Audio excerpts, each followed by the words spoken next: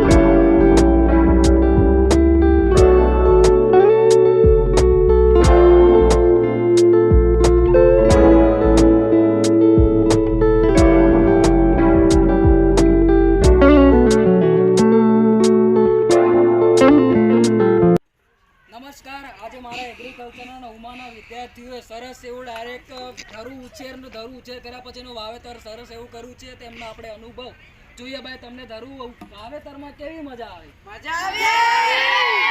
તમને કઈ નવું જાણવા મળ્યું આમાં? જોઈ લો, અમારું ધરુ વાવેતર કેવી રીતે કર્યું તમે જોઈ શકો છો.